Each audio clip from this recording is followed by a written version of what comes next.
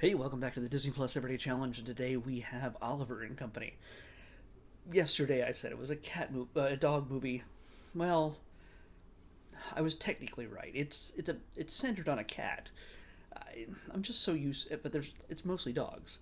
I mean, this came out in 1988. It's about an hour and 16 minutes long. I didn't see it when I was around back then, and I was just a bit too grown up, I guess. But this is a quintessential 80s type movie. It's an 80s movie for sure, but it has it's definitely has the trappings of the 80s. Not only do the characters that are animated dress like it's the 80s. There's a guy with a boombox. It's also got sort of, the artistic sensibility to it. Uh, it's a lot of static painted backgrounds. Some of it almost not abstract, but it's meant more for texture and feel rather than trying to show this is a building, this is a bridge, this is people. It's definitely just meant to evoke a feeling, a look of an era.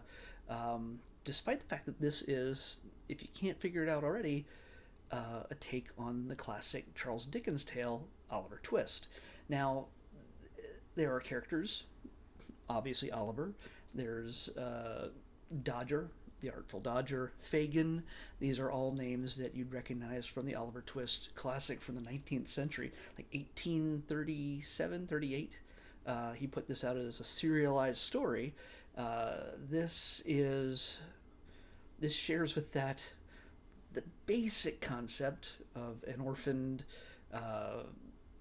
kid on the street who meets up with a bunch of roustabouts who steal and thieve in order to make a living under the care of their master, Fagin. That's about it.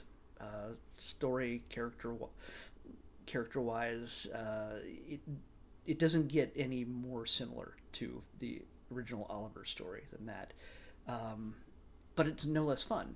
It is a musical as well, but it's a very modern 80s musical because you got Billy Joel and Huey Lewis in this movie. Huey Lewis provides the opening song, the opening number, but Billy Joel not only performs a number of songs as the voice of Dodger, he's also the speaking voice of Dodger. So we've got Mr. New York, Billy Joel, as the main character in a Disney animated film.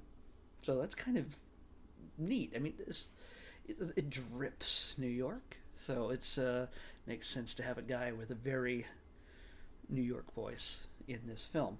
Joey Lawrence plays Oliver.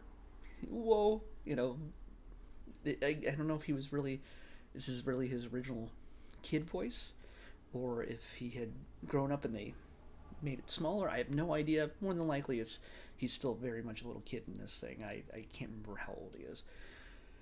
But this is it's a very cute film. It's very again, between the music and the animation, which I love. It's not the most technical. It's not the most lavish. It's definitely choppy at times. It's not the smoothest animation, but it's beautiful. It's, to me, it's still that classic old school Disney feel to it. It just like the early '80s Fox and the Hound. It has, again, we're dealing with dogs. Um, it has certain sensibilities that are similar, but instead of the country back in the 19th century or early 20th, whatever, it is the modern day 20th century, and yeah, it's very much very similar. Um, it's got beyond Billy Joel, it's got a ton of well-known names who provide also the music. Bette Midler shows up in this as a very fancy dog who lives a life of privilege with her master Jenny, a little girl who, through a certain set of circumstances, happens to find Oliver while he's out on a caper with his buddies, all these dogs that he's made friends with, of which are played by Cheech Marin, plays Tito. I mean, of Cheech and Chong. I mean, to me, it's still amazing. I mean, obviously Cheech Marin, you know him from he's in Cars, he's in a number of different things that are kid friendly. It just when you think about the history of Cheech and Chong and this, their existence in the '70s, especially all the pot humor and everything else, it's so weird to think of Cheech Marin as a staple Disney voice, which still cool. There's the guy is awesome, so why not? And he represents a very Latino voice. So we got who else? We got Richard Mulligan. He plays Einstein. He plays the big dumb. I think he's like a Great Dane or something in this. You might know him as Bull from Night Court. Again, if you're my age. If you're not my age, this is very confusing.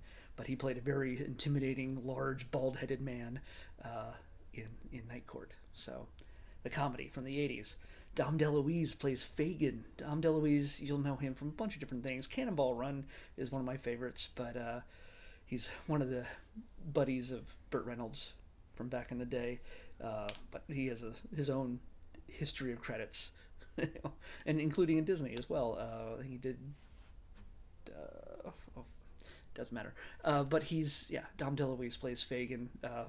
So yeah, we get Cheryl Lee Ralph as Rita, Roscoe Lee Brown as Francis. There's a lot of Lee middle names, and Robert Loggia.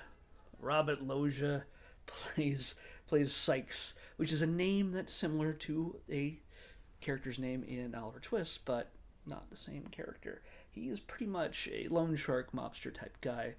You get to hear him when Fagin comes begging for mercy and saying that he's going to get the money he owes him. We hear Sykes on the phone, instructing somebody on how to whack them or torture them, how to break their knees. Start with the knuckles, then you make the cement shoes. I'm Robert Loggia. So he's great in this. By the way, the Fagin character, so much more sympathetic in this film as compared to the original Oliver Twist. He was a whipcracker. He was a guy who was making use of children to make his living. In this case, this is a down on his luck dude who owes a mobster money, and he gets, for some reason, dogs to help him pay that debt. I mean, he must understand that these dogs are pretty smart, but they don't seem to bring back anything good, except for hot dogs for themselves. Dodger's good at that. But yeah, so it's we get Jenny showing Oliver the good life.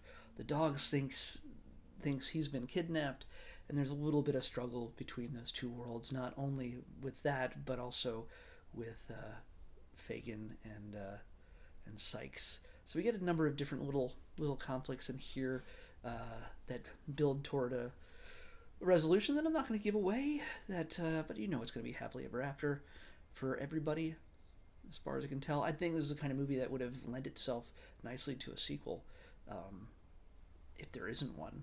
Maybe there is, and I just don't know it yet. But if you get a chance, this is a great little piece of animation. I don't want to diminish it in any way. I mean, it has its own following. It has a great following, but I just didn't realize just how good it was, and I highly recommend it. Between the great '80s music, just the way they draw New York City, is beautiful. Yes, it's a very minimalistic type of animation where they don't make everything move. In fact, they almost throw down a painted background, sketched painted background, and then they have the animated characters. If it's a wide shot, they'll have only the main characters that you care about animating themselves through the scene, down the street, making a turn, whereas everybody else, like on the sidewalk, is just stiff. But it's usually a distant shot when they do that. The close-up shots when you first see the hustle and bustle of the city, with Oliver, you know, in a box with a bunch of other kittens, being sold for $5. Um, yeah. Okay, I get that. People keep coming by and grabbing kittens. This is the very beginning of the film, so I'm not really ruining anything. It's the very beginning of the film where we get introduced to Oliver. Um, Eventually, every other kitten gets taken except for Oliver. And then, I mean, somebody must have been hanging around taking fives, taking money from these people whenever they would grab a kitten. But at some point, it started to rain, and this guy left a kitten in a cardboard box on the sidewalk in a heavy downpour. I seriously, come on, that is just cruel. I mean, yes, Disney leans hard on making dog stories, but other than Aristocats and That Darn Cat, come on. Maybe there's others, but give a cat a break.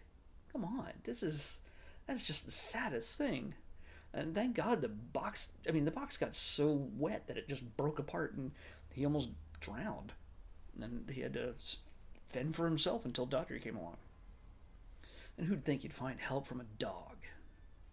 Well, not much help, but you'll have to watch it to understand. So, again, Oliver and Company, highly recommend it. It's a product of its time, but it ain't a bad thing. So, let's pick tomorrow's episode. 88. 88. We went from 388 to 88. Ooh, I hope it's Back to the Future. It's a different company. But Disney could own it eventually. They own everything else. Ha! You know what I was complaining about yesterday? I was complaining we don't have enough shorts on this. We haven't had a short since early October. Finally, we have a short. So it should only take about 5 minutes to watch this. It is a little extra short film from a Pixar classic, WALL-E. This is Burn-E. Burn-E from WALL-E from Pixar on the Disney Plus Everyday Challenge. I'll see you back here tomorrow with Bernie. Bye.